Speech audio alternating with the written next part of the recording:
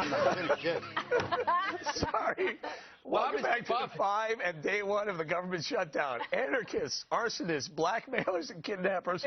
Sorry, compose. All terms the left has used to describe the patriots trying to save the republic from Obamacare. Sorry. But it took ABC News to take it one step further. Check out ABC's Capitol Hill reporter John Parkinson. Go there. Where, you ask? Ladies and gentlemen, ABC News playing the race card. Here's what he said. In a blog, he said, House Majority Leader Eric Cantor tweeted out this photo of the, get this, all-white male conferees meeting at an empty table. So, Greg, we arsonists, anarchists, blackmail, and now ABC's jumping on board, giving a little help. I'm surprised that they even mentioned racism, because I assumed that they already thought we were racist for other things. That's just a forgotten thing. I did some calculations. I figured out the only way to balance the favorable Obamacare coverage of the last 5 years is for me to repeat that Obamacare sucks until 3142 AD. And then it still won, barely.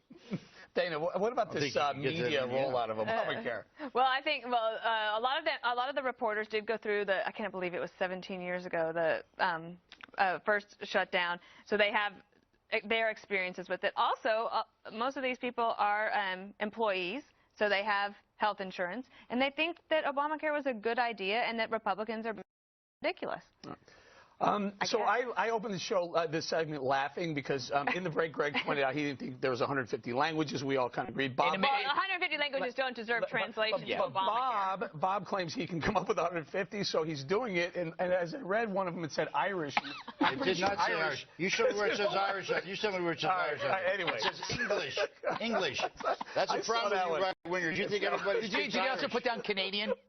I did not, because they're French. Anyway, yeah, that's good. So, Bob, you have to agree that the media is completely in the tank for Obama. Would you not? I haven't finished my languages. Right, keep going. Do I think? No, I don't think they are at all. I think that there are what they have done. I think fairly responsibly. Look, they beat up Obamacare. The New York Times has been pretty tough on them lately. The fact is that you have a responsibility when you have something like this, like it or not, to try to explain how it works. And I think some of these organizations... Or doesn't work? Calling them arsonists. Or doesn't work? I happen to think it's working today. Using the race card, though, is a little bit much. Wouldn't you say, Ange? Yeah, and when it needed to work, when the media was doing an actual demonstration on live television on MSNBC, oops, it didn't work. So I think there have been some publications that have been fair. Forbes has been fair. There's been a number that have actually covered the problems in this. But really, to cover it fairly, you have to understand the bill. And I don't think a lot of reporters understand, well, I should say, the law. I don't think most of them will be signing up for it. And I will have to say, in Robert's defense, have you seen his girlfriends? He's dated a lot of different women from a lot of different countries, so he could maybe complete this list. Can we roll this out of Bob Schiefert over the weekend talking about whether the Americans like or dislike Obamacare? Just take a look at this.